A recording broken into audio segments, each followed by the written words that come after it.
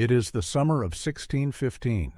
Osaka Castle is burning, and inside the flames is a woman of about 46, the mother of the last legitimate heir to the greatest fortune in Japan. This is the second time in her life that a castle has burned around her. The first time, as a girl, she survived. Her name was Chacha, better known to history as Yodo-dono. If you have watched the series Shogun, you already know a version of her, Lady Ochiba, the fierce and controversial mother of the heir apparent.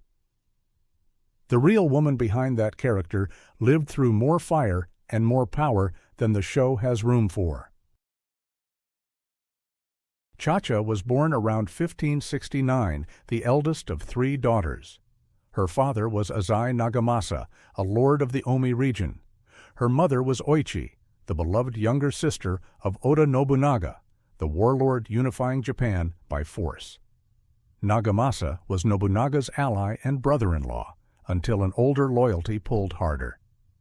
When Nobunaga turned on the Asakura clan, longtime allies of the Azai family, Nagamasa broke with his own brother-in-law, rather than abandon that older bond. 3 years of intermittent war followed. In 1573, Nobunaga's own army besieged the family's castle at Odani, one of the strongest mountain fortresses in the region. It fell. Nagamasa died as it fell, by his own hand, rather than be taken alive.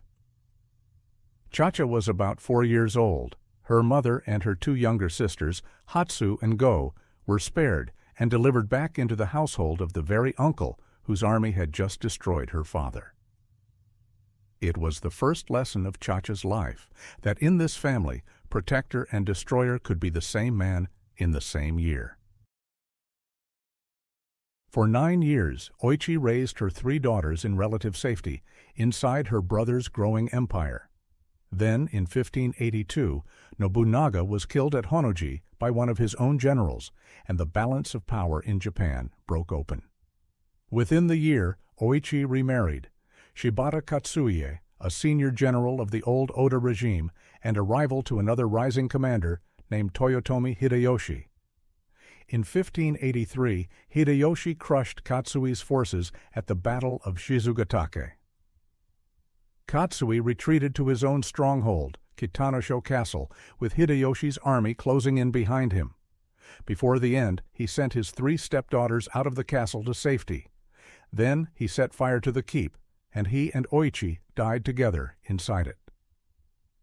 Chacha, now a girl of about 14, had watched her mother's second husband's castle burn just 10 years after she had watched her father's castle fall.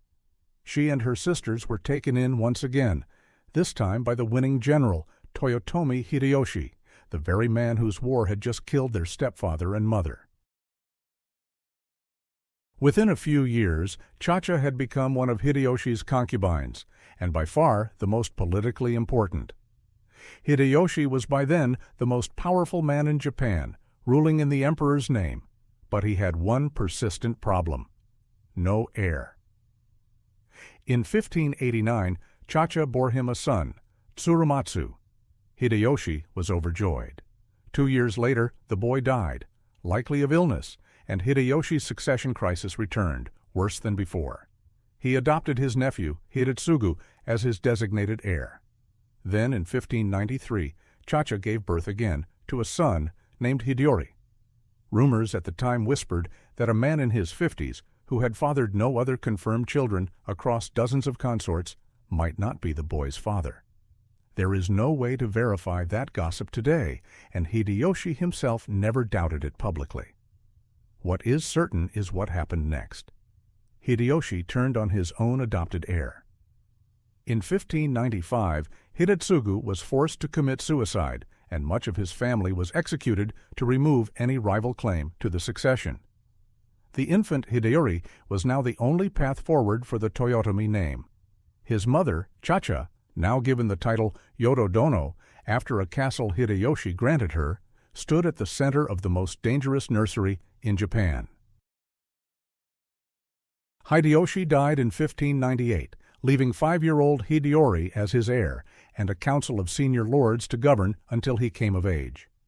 The most powerful man on that council was Tokugawa-era.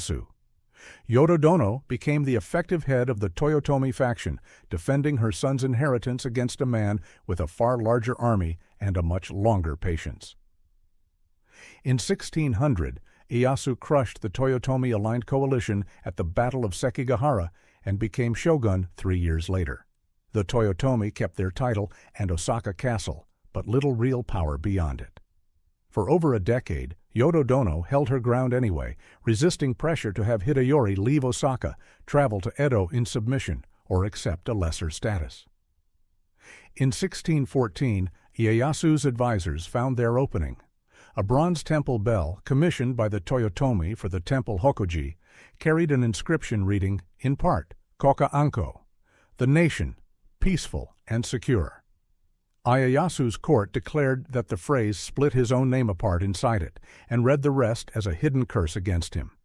It was almost certainly a manufactured pretext, not a genuine grievance, a reading so strained that even contemporaries recognized it as an excuse for war. Within months, Ieyasu's army surrounded Osaka Castle in what is now called the Winter Siege. Much of what later generations believed about Yodo-dono's judgment in these final years comes down to us through Edo period retellings written under the government of the man who destroyed her. Popular drama in the following century increasingly cast her as vain, meddling, and personally responsible for provoking a war her side had little chance of winning. Modern historians treat much of that portrait skeptically. It reads less like a record of what she did than a story the victor's culture told about a defeated regime's most visible woman.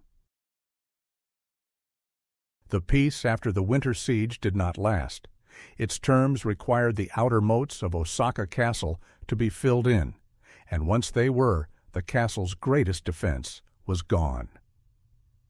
In the summer of 1615, Ieyasu's forces attacked again, in what is remembered as the Summer Siege of Osaka.